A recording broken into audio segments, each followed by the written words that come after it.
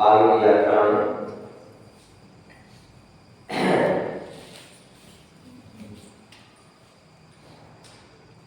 किसी कवि ने लिखा है कि रेमझिम बरसात में मोती रुका है कोई कोई, रेमझिम बरसात में मोती रुका है कोई कोई। अमावस की अंधेरी रात में ज्ञान का दीप जलाता है कोई, अमावस की अंधेरी रात में ज्ञान का दीप जलाता है कोई कोई। धर्म की बातें तो हर कोई किया करता है, धर्म की बातें तो हर कोई किया करता है प्यारे बंधुओं, लेकिन धर्म को अपने अंदर सजाता है कोई कोई, धर्म को अपने अंदर सजाता है।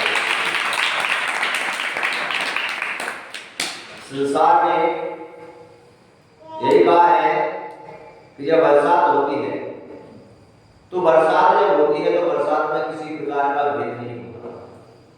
पानी बरसता है तो क्या बोलकर आता है कि मैं किसके लिए बरस रहा हूं?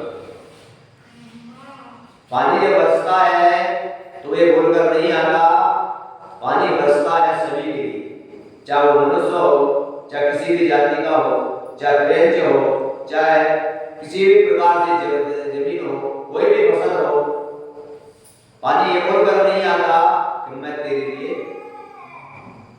पानी सभी के लिए बरसता। लेकिन अंदर कितना है? अंदर इतना है कि वही पानी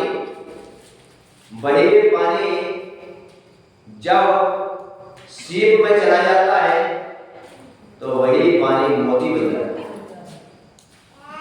वही पानी जब सीप में जाता है तो मोती बन जाता है, और वो मोती भगवान के चरणों में चढ़ता है। जब उसे मोती का हार बन जाता है तो शोभा को प्राप्त हो जाता है, सुंदरता को प्राप्त हो जाता है, पुण्य को भगवान के चरणों में चढ़ाएंगे तो असीम पुण्य का वंद होता है। और वही पानी अगर सर्प के मुंह में चढ़ा जाए क्या होता है? पानी में कोई अंतर है क्या होगा? पानी में कोई अंतर? इसी प्रकार ये जिनवाणी है, ये धर्म है, क्या है? ये जिनवाणी है, ये धर्म है। ये जिनवाणी अगर सम्यक दृष्टि ग्रहण करता है तो मोती की तरह चमक जाता है, और यही जिनवाणी मिथ्या दृष्टि ग्रहण करता है तो वही जिनवाणी उसके लिए विष बन जाता है। वही परमात्मा जब सम्यक दृष्टि मंदिर में जाता है तो वही परमात्मा को परमात्मा का स्वरूप नजर आता है, और जब वही मिथ्या दृष्टि जाता है तो वही पर पाषाण की प्रतिमा नजर। अंतर कितना है अंतर?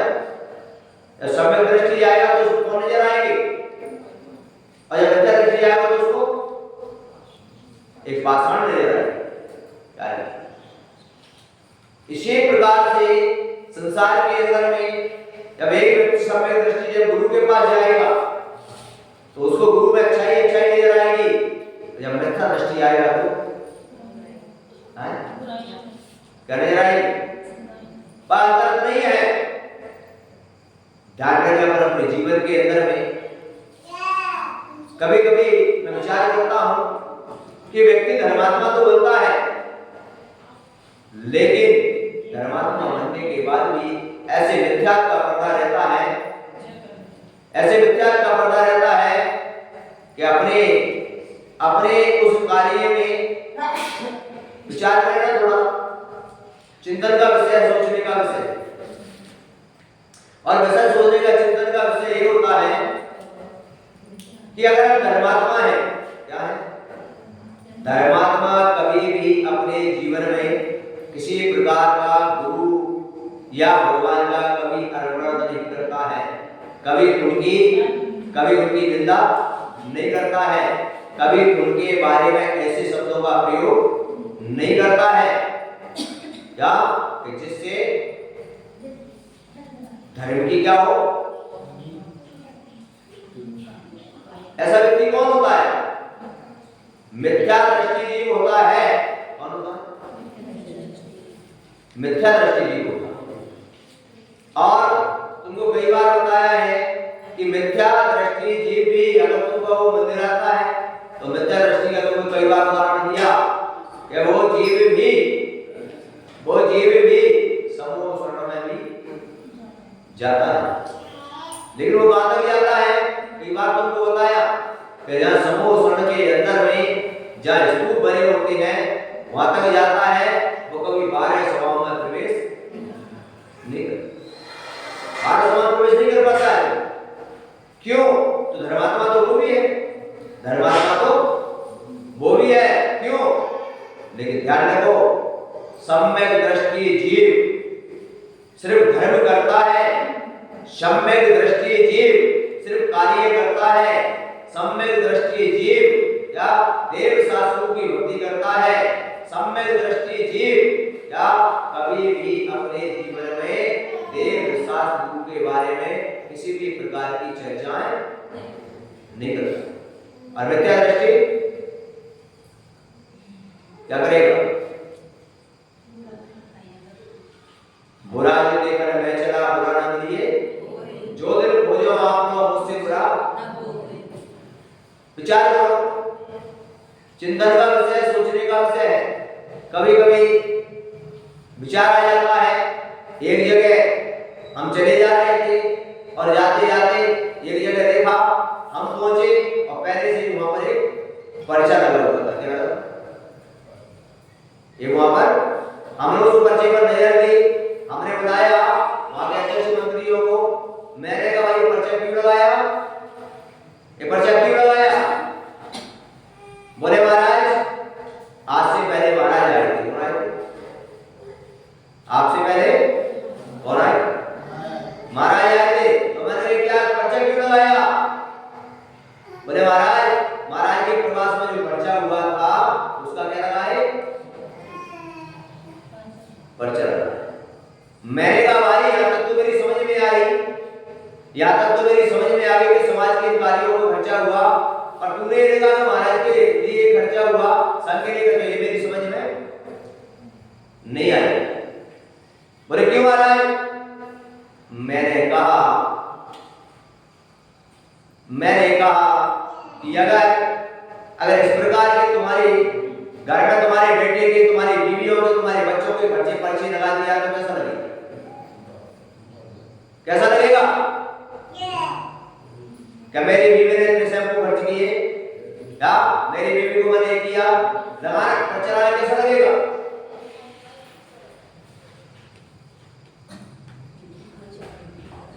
विचार करो थोड़ा। मैंने कहा बंधुओं, सभी प्रकार की जिस प्रकार गृहस्थ की अवस्था है ऐसी सर्वों की भी इस प्रकार का भाव जब आया तो मैंने कहा आप कितने भी बड़े धर्मात्मा हो, आपका कितना भी नाम हो, पर आपका नाम कितना दृष्टि नहीं लिखा जाएगा, इसमें लिखा जाएगा। क्यों? क्योंकि आचार्य सुमंत स्वामी ने हमारे गोपुवन का वर्णन किया।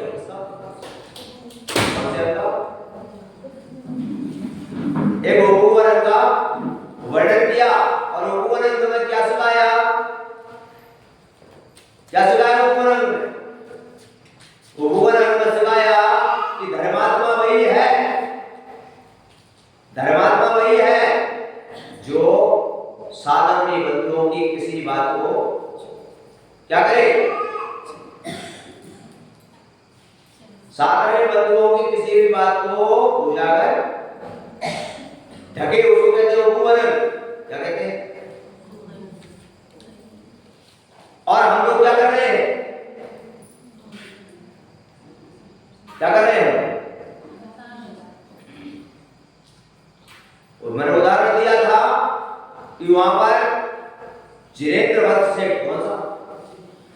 जिनेंद्र भक्त सेठ जो धर्मात्मा जी था और उसके जिनारे में रत्नों की प्रतिमा है। किसकी प्रतिमा है? रत्नों की, जिनकी कीमत करोड़ों रुपए की। और वहां पर विचार करना कि एक चोरों में चर्चा चल रही थी, सारे चोरों में चर्चा चली कि ये रत्नों की प्रतिमा जो चोरी कर पाएगा उसको गिरोह का सरदार। और एक चोर खड़ा हुआ और वो चल दिया और उसने एक ब्रह्मचारी बन गया, उसने प्रैक्टिस कर ली और जाकर वो पहुंच गया। सेठ बड़े प्रसन्न हुए। सेठ ने 6-7 महीने उसने पूजा की। एक दिन सेठ यात्रा के लिए चलती है और यात्रा को चले तो किसी कारण से वो थोड़ी दूर जाकर रुक जाती है, टेंट लग जाती है और वो चोर ने देखा और मूर्ति लेकर चल दिया। रत्नों की मूर्ति थी और रत्नों की मूर्ति थी वो क्या होता है? रत्नों की मूर्ति चमकती है, क्या करती है? तो देख रही थी, सैनिक उसके पीछे लगे और सैनिक जब पीछे लगे तो दौड़ता दौड़ता उसी टेंट में प्रवेश कर गया जहां पर सेठ रुका हुआ था। जब वहां पर प्रवेश कर गया और वहां पर जब पहुंचा तो चारों तरफ से सैनिक लग गए।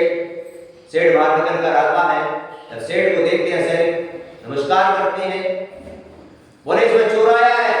सेठ ने कहा कौन कहता है इसमें चोर आया? कौन कहता है इसमें चोर आया है? बोले क्या है? बोले चोर नहीं है, एक ब्रह्मचारी है। और तो क्या हुआ? बोले मुझे दर्शन की आवश्यकता थी, तो चोरी करके नहीं लाया। ये प्रतिमा मैंने क्या कहा? ये प्रतिमा मैंने अपने दर्शन के लिए मंगाई थी। उसको पता था कि, लेकिन धर्मात्मा जी कभी ऐसा, उसे कहते हैं धर्मात्मा। उसे क्या कहते हैं? धर्मात्मा कहते हैं। और अगर ऐसा कार्य, अगर हम किसी भी प्रकार की कोई बात कर रहे हैं तो हम धर्मात्मा नहीं है, हम तो फिर महामिथ्या दृष्टि जीव हैं। और उस समय उसका फायदा क्या हुआ? फायदा ये हुआ कि उस व्यक्ति ने देखा, उस चोर ने, कि देखो मैं चोरी करके लाया और सेठ जी ने मुझे चोर नहीं। और तुरंत उसने कहा भाई, सेठ ने कहा भाई अगर तेरे लिए कितनी भी आवश्यकता थी तो मुझे बोल देता, मैं तुझे जितना तुझे चाहिए दे देता, मैं तुझे कोई फर्क नहीं पड़ता। तब उसके अंदर वो चोर जो बैठा हुआ था अंदर वो निकल गया बाहर और उसने कहा कि मैं सच्चे व्रतों को धारण करता हूं। और वही चोर एक सच्चा धर्मात्मा बन गया और मुनि दीक्षा लेकर अपने आत्मा का कल्याण कर दिया। हमारा कहने का तात्पर्य है कि जिनवाणी तो वही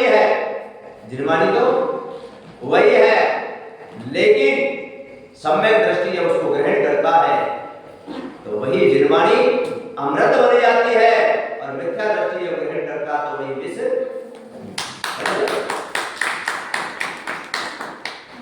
सम्यक दृष्टि जीव धर्म की रक्षा करता है और मिथ्या दृष्टि जीव धर्म की अवहेलना करता है। बंधुओं, जिनवाणी है, मैंने एक बार उदाहरण दिया था कि जिनवाणी जो होती है वो सभी के लिए होती है। किसके लिए होती है? सभी के लिए होती है। इस प्रकार मैंने एक बार उदाहरण दिया तुमको, क्या कि लाखों करोड़ों शब्द तुम्हारे लिए बोले जाते हैं, लेकिन वो शब्द किसके लिए है? जितने लोग बैठे हैं वो शब्द किसके लिए? एक व्यक्ति के लिए नहीं है, वो शब्द सभी के लिए है। इसके लिए अभी आप लोग विचार करो, उन शब्दों की बात आती है, चिंतन की बात आती है तब मैंने उदाहरण दिया था कि जिस प्रकार एक शादी पार्टी में जाते हैं और उस शादी पार्टी में जब पहुंचते हैं तो 300-400 प्रकार के आइटम बने। अब 300-400 प्रकार के आइटम जो बने हैं वो किसके लिए बने हैं? नहीं क्या एक व्यक्ति पहुंच गया वो तो मेरे लिए बने, किसके लिए बने? मैं कितने आइटम बने मेरे लिए? क्या 400 आइटम भापाओगे? अरे जिस प्रकार एक शादी पार्टी में 300 से 400 आइटम बनते हैं और 300 से 400 आइटम जो बनाए जाते हैं वो इसलिए बनाए जाते हैं तो वहां पर 300-400 पसंद के लोग आएंगे, 300-400 पसंद के लोग आएंगे और जब 300-400 लोग पसंद के आएंगे तब वो अपनी अपनी पसंद की मिठाई खाकर क्या हो जाएंगे? प्रसन्न हो जाएंगे, क्योंकि जिसकी पसंद की जो खाएगा मिठाई उसको कैसी लगेगी? अच्छी लगेगी। अब पेटू राम बन के पहुंच गए तो क्या बोलोगे? उस पार्टी में पेटू राम बन के पहुंच गए ये सारी मिठाई मेरे लिए है, तो जब सारी मिठाई खाओगे तो क्या होगा? जो पसंद की नहीं है उसकी बुराई तो करोगे। ऐसे ही जिनवानी है क्या? अगर आपने सोचा कि जिनवानी सारी मेरे लिए है तो तय है, जिस प्रकार वहां पर व्यक्ति ये सोच कर जाएगा कि सारी मिठाई मेरे लिए तय है तो उस पांडाल से बाहर निकल के बुराई करेगा। क्या करेगा? क्यों? क्योंकि सारी मिठाई उसको पसंद की नहीं है ना, तो सारी मिठाई अच्छी और जो अच्छी नहीं लगेगी उसकी क्या करेंगे? बुराई करेंगे। तो इसी प्रकार हमारा आचार्य कहते हैं कि अपनी अपनी पसंद की मिठाई खा के जाओगे तो बाहर जाकर कहोगे कि उसकी यहाँ बहुत अच्छी मिठाई बनी। और जब जिनवानी सुनने आते हैं, जब जिनवानी सुनने आते हैं तो अपनी अपनी पसंद की जिनवानी अपने अपने पसंद के शब्दों को ले जाओगे तो कभी निंदा बुराई और तुम कहोगे सारी मेरे लिए है, किसके लिए? तो फिर क्या करोगे? बुराई कोई इसमें। तो अगर आचार्य कहती है कि कभी कभी जीवन के अंदर में जिनवानी लाखों करोड़ों शब्द तुमको बोले गए यहाँ पर, लेकिन अभी तक एक भी व्यक्ति का कल्याण क्यों नहीं हुआ? यहाँ पे अभी नहीं, अनादि काल से लेकर क्या लाखों करोड़ों शब्द तुम्हें सुनने को मिलते हैं और ऐसे लाखों करोड़ों शब्द सुनकर अपनी आत्मा का कल्याण नहीं हुआ। क्यों नहीं हुआ? क्योंकि अभी तक हमारे अंदर में तो सम्यक दर्शन की उत्पत्ति नहीं हुई कि इन शब्दों को हम अपने हृदय में उतार सकें, इन शब्दों को अपने हृदय में उतार सकें। ऐसा अभी तक हमारे अंदर सम्यक की प्राप्ति नहीं हुई। और मैं तुमको बता ही दिया क्या कि मिथ्या दृष्टि जीव तो इस कान से सुनता है, दूसरे कान से क्या कर देता? निकाल। और सम्यक दृष्टि क्या करता है? जिस प्रकार जोहरी अपने रत्नों को सुरक्षा से रखता है उसी प्रकार सम्यक दृष्टि जिनवानी को सुरक्षित रखता है। और जिस प्रकार कंकड़ पत्थर होते हैं वो चोरी में पड़े रहते हैं, इसी प्रकार की स्थिति बनती है। तब विचार आता है कि ध्यान रखो वो शब्द आपको किसी के मुख से भी प्राप्त हो सकता है, जरूरी नहीं किसी के मुख से भी। कभी कभी तो सोचते हैं कि आत्मा का कल्याण कैसे हो जाता है क्या? अब सोचो जरा, तुलसीदास की कहानी सुनिए ना, तुलसीदास की किसकी? अब कहानी कैसी है क्या? अब कहानी ये है कि शादी हो गई उनकी। क्या हो गई? किनकी? तुम्हारी भाई है नहीं? भाई हो गई हाँ। और शादी हुई, शादी होने के बाद पत्नी से इतना प्रेम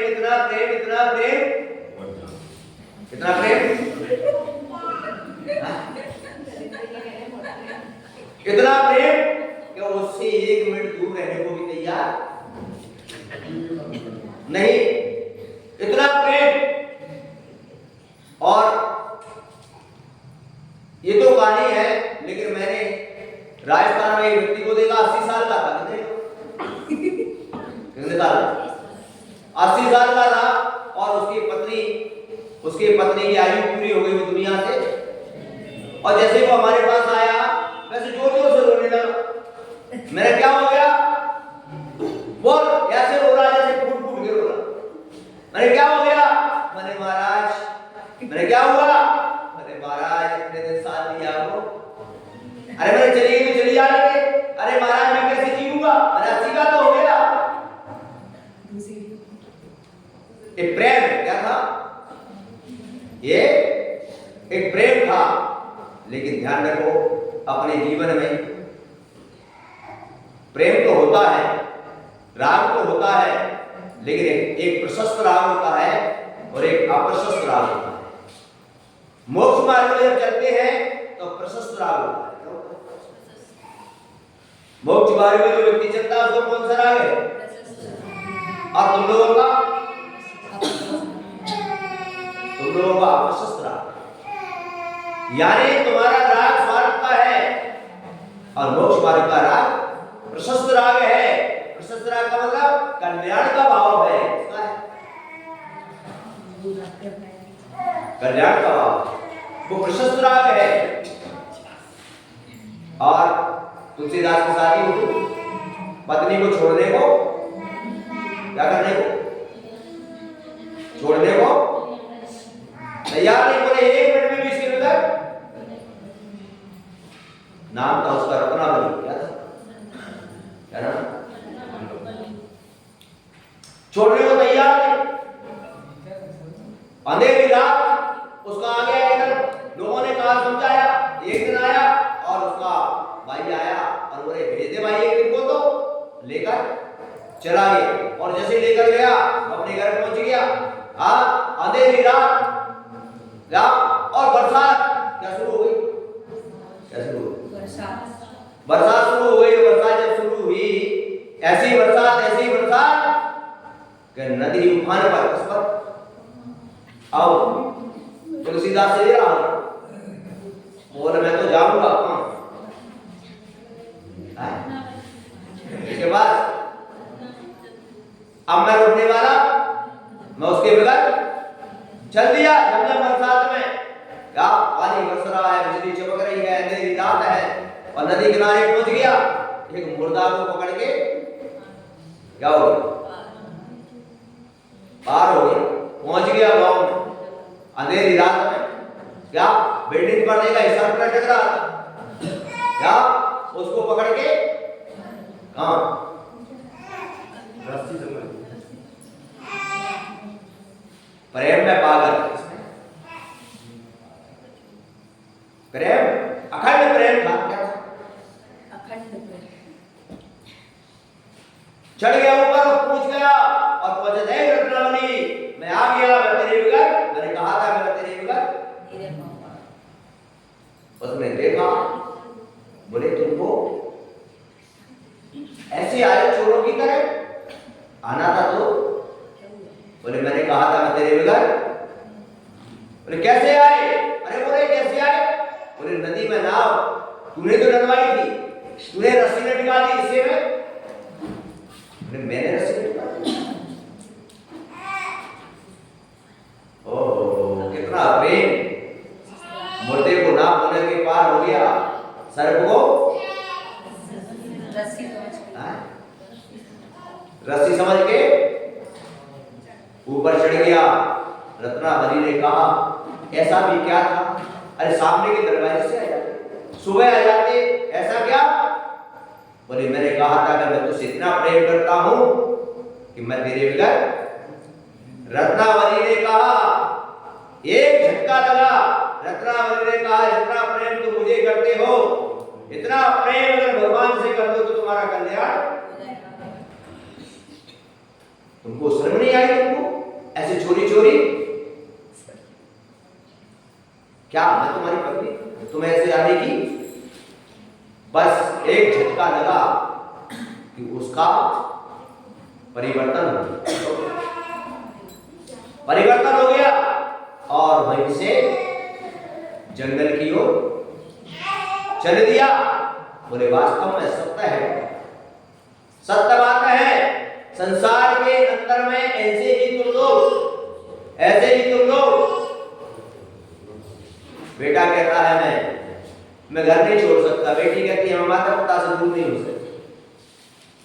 क्या क्या स्थितियां हैं। लेकिन एक बार जिस प्रकार के स्वार्थ के प्रेम में पत्नी ने इस प्रकार का एक ऐसी पत्नी भी हो यानी इस प्रकार के उस अपने शब्दों का प्रयोग किया है जिससे उसके पति का कल्याण क्या हो, ये ब्रह्म वाक्य है क्या। और ये ब्रह्म वाक्य कभी किसी के भी मुख से निकल सकते हैं। और वो ब्रह्म वाक्य अगर तुम्हारे हृदय में उतर गया तब तुम्हारा कल्याण। वो सब रत्नावली ने कहा और उसके हृदय में तुम्हें तो कितना भी सुना, तुम्हें तो बोले कभी कोई फर्क पड़ता ही नहीं है। पड़ता है क्या बोलो, क्या फर्क पड़ता नहीं पड़ता। क्यों? क्योंकि अपने अंदर अभी सम्यक की धारा प्रवाहित नहीं हुई। और जिस दिन सम्यक की धारा प्रवाहित हो जाएगी उस दिन हमारा बेड़ा पार हो जाएगा। अब विचार करो, अभी सारे देश के अंदर में एक संस्कार की प्रथा चल रही है। संस्कार चल रहे हैं, क्या चल रहे हैं? और उस संस्कारों में 8 वर्ष से, कब से संस्कार होते हैं? 8 वर्ष से। और 8 वर्ष से आगे तो 80 वर्ष के भी हो गए। और तुमने अगर वो संस्कार नहीं कराया गुरुओं के तो आप कोई भी श्रेणी में नहीं आते। संस्कार हो रहे हैं, क्या हो रहे हैं? और संस्कार जब तक नहीं है, अब विषय क्या है? संस्कार के अंदर में कितनी अच्छी प्रथा है, शास्त्रों में संस्कार की एक बहुत बड़ी व्यवस्था दी गई है। उससे जब संस्कार होते हैं, संस्कार के अंदर में सारी चीजें होती हैं। क्या मुंडन और सर पर मंत्र होगा, फिर धोती दुपट्टा पहनाई जाती है। क्या पहनाई जाती है? धोती दुपट्टा पहनाई जाती है संस्कार। और उसमें माथे पर मंत्र लिखे जाते हैं। और भी अनेक व्यवस्था है इसकी। हाथों में बाजूबंद भी क्या पहनाई जाती है, सारी चीजें। उसके बाद क्या बोलते हैं हम? उसके बाद ही हम जैन की श्रेणी में, कौन सी श्रेणी में? अगर कई बार तुमको बताया कि आप 80 वर्ष के हो गए और अष्टमूल गुणों के धारी नहीं हो तो अभी तुम्हारी जैन में गिनती नहीं। किसमें गिनती नहीं है? जैन में गिनती नहीं है अभी तुम्हारी। और ऐसे संस्कारों को धारण करने के लिए क्या करने के लिए? ऐसे संस्कारों को धारण करने के लिए हमें भी ऐसे संस्कारों को 3 बार के संस्कार बताए जाते हैं। ये गर्भ में संस्कार होते हैं। ये गर्भ में संस्कार होते हैं। ये जब बच्चा माँ के ना मंदिर 40-45 दिन तब उसको, और एक 8 साल में, ऐसे 3 बार संस्कार किए जाते हैं। तब जाकर वो आने वाला गर्भ में जो बच्चा है तब जाकर वो धर्मात्मा क्या बनता है? तब वो धर्मात्मा बनता है। क्या अपने यहाँ ये प्रथा शुरू हो गई। पहले दक्षिण भारत में ये इस संस्कारों की व्यवस्था थी, जहाँ भट्टारा की व्यवस्था थी, वो संस्कार होते थे। अब अपने उत्तर भारत में भी अब अपने 70 साल उस प्रकार को संस्कारों को शुरू कर रहे हैं। और इस संस्कारों की आवश्यकता भी है। क्या है? इनकी आवश्यकता भी है। बगैर संस्कार के हम धर्म की क्रियाओं में संलग्न नहीं हो सकते। आज तुम्हारे बच्चे मंदिर क्यों नहीं आते? क्योंकि उनको संस्कार ही नहीं हुए। उनको क्या नहीं हुआ? संस्कार ही नहीं। ऐसे संस्कारों की बात चलती है। और ऐसे संस्कारों में हमारे लिए बस आचार्य ने ही कहा कि तुम नाम के जैन बन के भले घूम लो, नाम के धर्मात्मा बने, मूल लोग बन के, लेकिन संस्कार तुम्हारे अगर नहीं हुए तो आप काम के जैन करेंगे। अब जैन का मतलब क्या? जो संस्कार कराए, जो क्या कराए? ये प्रथा हमारे यहाँ सनातन धर्म में सभी जगह है, ऐसा नहीं है, सभी जगह सब व्यवस्था है कि इसमें संस्कार किए जाते हैं। ऐसे संस्कारों को धारण करने के लिए हमें सभी के लिए विचार करना चाहिए कि अगर हमारे संस्कार नहीं हुए तो 8 साल से लेकर और कितने साल? 80 साल तक नहीं हो। आप तो भाई कितने हो? कौन होंगे? जिनकी शादियां नहीं हुई, 8 साल से लेकर जिनकी शादियां नहीं हुई, उनके संस्कार होते हैं। ठीक है, जिनकी शादी हुई तो उनके संस्कार कौन से हुए? हो गए ना उनके संस्कार? कौन सा संस्कार? वो लिखते हो ना कार्ड में, तो हाँ, तो कौन सा संस्कार हो गया? ये होता है होली वर्धन संस्कार। कौन सा? ठीक है, जिसमें इस प्रकार की स्थिति अपन लोगों को विदित नहीं है और अपन करना भी, जब कभी तुम्हारे लिए कोई बड़े संत आएंगे तब तुम्हारा भाव बनेगा, तब तुम उसको करोगे।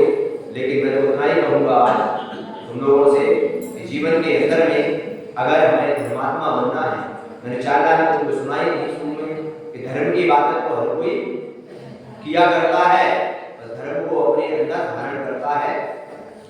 कोई ऐसे बिरले मनुष्य होते हैं जो वास्तविक धर्म को धारण करते हैं। धर्म की चर्चा तो हम सब बोलो करते नहीं करते? बोलो करते हो कि नहीं? अभी तुम यहाँ पर बैठे हो, अभी धर्म की चर्चा कर रहे हो कि नहीं? बताओ, अभी धर्म की चर्चा कर रहे हो, बढ़िया बातें कर रहे हो, अच्छी चर्चा कर रहे हो क्या? बोले यहाँ पर अभी बैठे हैं, थोड़ा सा कोई बात आया तो मान करके महाराज बोले, यहाँ पे अभी कहो महाराज अच्छी है, मान करके कहो, बोलो तो बस धर्मात्मा है क्या? धर्म की बातें तो कर रहे हैं, पर धर्म को उतार, और जो धर्म को उतार ले वो कभी किसी भी प्रकार से देव शास्त्र की कोई करेगा? बोलो करेगा क्या? इसका मतलब है कि धर्म की बातें तो सब कोई करती है, नहीं करते? तुम भी बैठ जाते हो बाहर जाके, तुम भी धर्म की दूसरे को बातें नहीं कहोगे, ऐसो कर लो, ऐसो कर लो, ऐसो कर लो, ऐसो, और थोड़ी देर बाद तो बस यही है क्या कि जैसे दुनिया के मोह रूपी अंधकार में, कौन सा अंधकार? यह अंधकार तो लाइट से दूर हो जाता है, लेकिन मोह रूपी अंधकार जिसके जीवन में छाया हुआ है, यहाँ पर कहते हैं आचार्य, मिथ्या रूपी अंधकार जो छाया हुआ है, तो उसके लिए ज्ञान का दीप कौन सा? केवल ज्ञान का दीप जब जलता है तभी मिथ्या रूपी अंधकार दूर होता है। उस दीप को जलाने के लिए, उस केवल ज्ञान की ज्योति को जलाने के लिए आचार्य कहते हैं क्या? सबसे पहले हे परमात्मा, उसको प्राप्त करने के लिए सबसे पहले तुझे क्या करना पड़ेगा? बोले सबसे पहले तो सम्यक दर्शन की किसकी प्राप्ति करनी पड़ेगी? उस दीप को जलाने क्या करनी पड़ेगी? सम्यक दर्शन की प्राप्ति करनी पड़ेगी। और सम्यक दर्शन की जब तक प्राप्ति नहीं करेगा तब तक सम्यक ज्ञान की प्राप्ति नहीं हो सकती। तो सबसे पहले सम्यक दर्शन प्राप्त करो। सम्यक दर्शन का मतलब देव शास्त्र रूपर क्या करो? अटल श्रद्धा करो। क्या करो? अटल श्रद्धा करो। और तुम्हारी श्रद्धा में थोड़ी सी भी कमी आ गई, तुम्हारी श्रद्धा में थोड़ा सा भी मन में विकार आ गया, थोड़ा सा उनके प्रति तुम्हारी निगाह आ गई, तो उसी समय तुम मिथ्या दृष्टि हो जाती, उसी समय मिथ्या दृष्टि हो जाती। श्रद्धा करो। क्या करो? ऐसा अपना विचार करें, थोड़ा चिंतन करें, थोड़ा सोचें और सोचकर अपने जीवन को सार्थक बनाएं और सार्थक बना के अपने जीवन की आत्मा का कल्याण करें। बस यही जीवन का सार है। ये मनुष्य जन्म का यही सार है। और मनुष्य जन्म लेकर के दुनिया भर की निंदाचारी बुराई संसार के में लगे रहे हम, तो मनुष्य जन्म लेना बेकार। कोई इसका मतलब कोई मतलब नहीं है जीवन का, कोई लेना देना नहीं है। अगर मनुष्य जन्म को सार्थक करना है तो सम्यक रूपी रत्न है ना, तीन रत्न बोलते हैं ना, तीन रत्न, सम्यक दर्शन, सम्यक ज्ञान और सम्यक चारित्र। क्या यहाँ पर सम्यक शब्द जोड़ा, क्या जोड़ा? क्या ये जो जब तत्ववाद सूत्र का एक वर्ड लगा हुआ था तो पहले कहा था क्या? दर्शन ज्ञान चारित्र का, तो उसके आगे क्या जोड़ दिया गया? सम्यक। क्योंकि सामान्य दर्शन, सामान्य ज्ञान और सामान्य चारित्र या ये सम्यक नहीं जुड़ेगा। सम्यक यानी श्रद्धा, सम्यक यानी सच्ची श्रद्धा। और सच्ची श्रद्धा क्या कहती है? सच्ची श्रद्धा क्या कहती है? सच्ची श्रद्धा कहती है देव शास्त्र रूपे बताए हुए मार्ग पर चले और किसी प्रकार देव शास्त्र को अटल श्रद्धा रखे, उनके प्रति अटल समर्पण रहे और उनके प्रति किसी भी प्रकार का कोई भी विकार पैदा, उसे कहती है सम्यक। और अपन क्या करते हैं? ईमानदारी से देते। इसीलिए वास्तव में सही कहा जाए, इसीलिए अपने कर्मों की निर्जरा नहीं होनी है। जितने हम शुभ कार्य करते हैं, जितने कर्म जड़ाते हैं, उतने कर्म हम बांध भी। ऐसा नहीं कि आप कर्म नहीं जड़ाते हो, लेकिन क्या करते हैं हम? जितने जड़ाते हैं उतने बांध भी लेते हैं। और जब तुमने जितने जड़ाए उतने बांध लिए तो क्या प्राप्त हुई? बराबर क्या हो? नहीं बंधु हो। इसलिए आपको आज इतना ही आशीर्वाद है और आज इतना ही बताया जा रहा है। ये जीवन के अंदर में जिनवाणी जब सुनते हो, क्या जिनवाणी जब सुनते हो तो जिनवाणी सुनकर जो सारी की बात है उसको उतार लो और सोचो कि मेरे जीवन में इससे मेरे आत्मकल्याण हो जाए। और आत्मकल्याण अगर नहीं हुआ तो रानी काल से संसार में परिभ्रमण कर रहे हैं और आगे भी करते रहेंगे। बोले क्या पड़ता है? बोले इसमें रस पट गए, हमें तो इसी में आनंद, इसमें आनंद आ रहा। जिस प्रकार तुमको बताया ना, एक सेठ जी थे और महाराज के पास पहुंच गए। महाराज से पूछे, महाराज मेरी आयु, तो महाराज ने कहा तुम्हारी आयु कुछ दिन की शेष है, बोले इतना और बता दो तो मरकर मैं क्या बनूंगा? तो बोले तेरे ही गठर में कीड़ा बनेगा। क्या बनेगा? तेरे ही गठर में क्या बनेगा? और उसने आगे अपने बेटे से बोल दिया इस प्रकार की बात है, महाराज से पूछे आया, मैं अपने ही गठर में कीड़ा बनूंगा। मैं कीड़ा बनकर उसमें गंदगी में कब तक पड़ा रहूंगा? जैसे ही मैं निकलूं वैसे तो मुझे क्या कर देना। ठीक है, लड़के ने बात को ध्यान में रखा। वो व्यक्ति का मरण हुआ और अपने गठर में कीड़ा मर गया।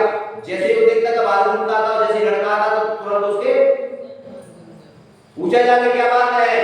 उसने कहा तो जो व्यक्ति जो जीव जिस पर्याय में जिसमें पहुंचता है उसी में मस्त हो जाता है। क्या बोल के तो गया था वो, क्या तो मुझे वहां से, लेकिन जब वो उसमें पैदा हो गया तो उसी में आनंद, किसमें आनंद आ रहा है? वो भी मरना, वो भी तुरंत छूट जाता था। क्या करता था? अपन को इसी प्रकार की अपनी, लेकिन जब समय की उत्पत्ति हो जाती है तो वही व्यक्ति अपनी आत्मा का कर लेता, कल्याण कर लेता। तो अपन भी संसार के इन विषयों पर अच्छे पढ़े हैं, इसलिए अपन को आत्मकल्याण का भाव बनता नहीं है। और इसी में तुम्हें सम्यक आया है तो तुम समझ जाओगे और तुम कहोगे मनुष्य जन्म मुझे मिला है, इससे मैं आत्मकल्याण कर लूं, फिर मिला और कोई गारंटी नहीं है। तो ऐसे अपने अंदर एक सम्यक की धारा जब प्रवाहित हो जाती है तब हमारा इसमें बनता है मोक्ष मार्ग पर चलने का भाव बनता है।